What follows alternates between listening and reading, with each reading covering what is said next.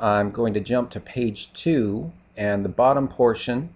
Now, as you can see on my portrait style, on the inside first page, I just didn't put anything. You can add whatever you would like into the left side. In this case, I haven't done anything. So I'm just going to jump over to the inner right portion, the inner right side of my greeting card. And let me duplicate that text. So let me do Insert, Text Box. Actually, I'm going to jump back. I'm going to do a shortcut real quick here. I'm going to come over here and select my text box. Now this text box, it already has the font that I like. The font is the right color. It's the right size. Now that I have my text box selected, I'm going to right click on one of the anchor points and choose Copy. Let me come down to page 2, get rid of this header text here, and actually I can get rid of the whole text box. I don't need that at all. Come down, click within this inside page, and now I'm going to right click and choose Paste. Now this actually saved me quite a bit of time because I didn't have to create a new text box, take the border out, remove the background color, change the font color, it's already done. I just copied and pasted. In copying what my portrait style card is here, and I'm even going to come in and copy this text, and it says, I hope you come, and it's going to be home soon. I hope you come home soon. Select it, and by the way, instead of right clicking and choosing copy, I'm doing something a little different. I'm selecting my text and I'm pressing Control C for copy. I'm then coming down in here and I'm pressing Control V to paste. I'm going to copy this same text box, grab the edge of it. I'm going to press Control C, come down here, press Control V, and actually it pasted up above here. You can see a duplicate. So I can move to the edge.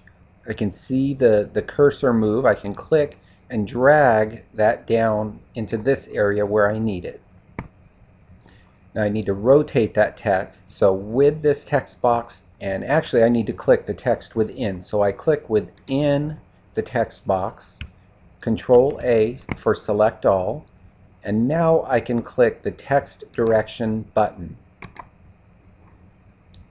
Okay, obviously I need to expand the width of this box, and I can bring it up here, grab the edge, drag it towards the bottom.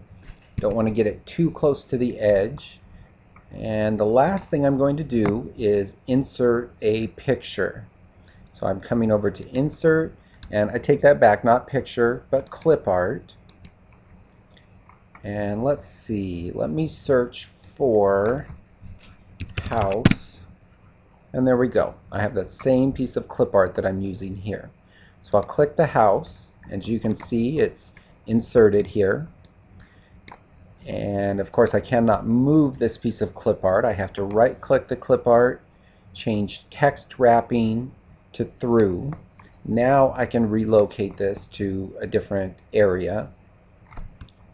Now I can actually rotate the text box if I click, I'm sorry, not the text box. I can actually rotate the picture by selecting the picture, grab the anchor point, click, and start to drag the picture in a circular motion, and I'll hold down the Shift key so that it locks to stay at a certain amount of degrees. In this case, I rotated it 90 degrees.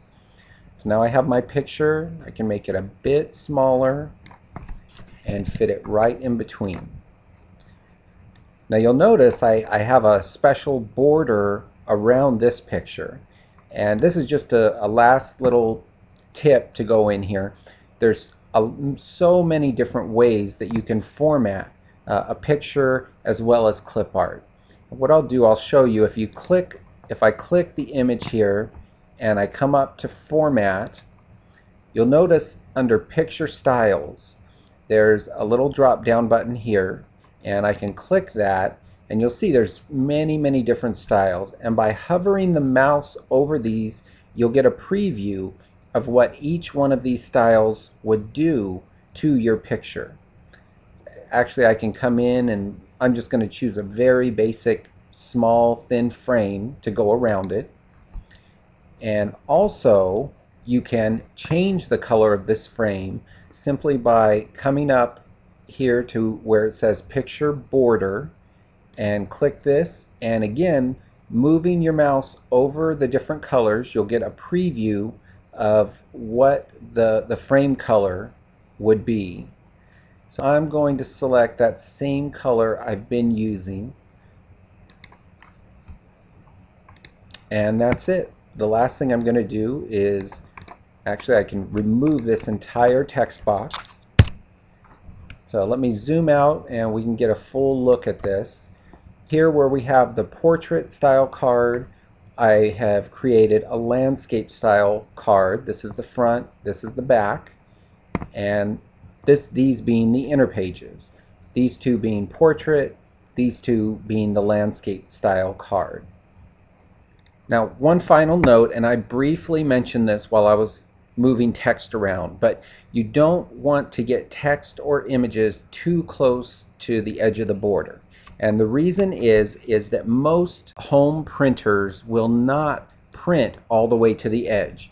So if I had, say, this text, if this text was all the way to the border, chances are the bottom half of that text is going to get cut off. It will not print because there will be a blank border completely around that page.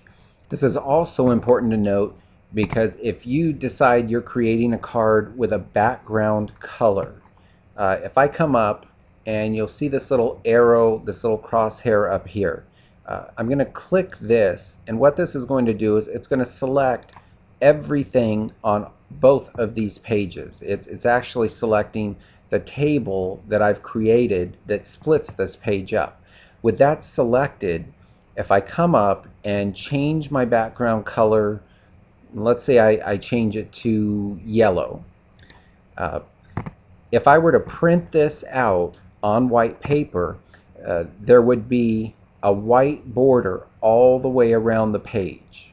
So another reason why it's, you can experiment with different borders and background colors, but just remember, with most printers, you will not be able to print all the way to the very edge of the paper. So let me click undo to get rid of that ugly yellow color, and that about covers it. This is the end of this tutorial, and if you have any questions,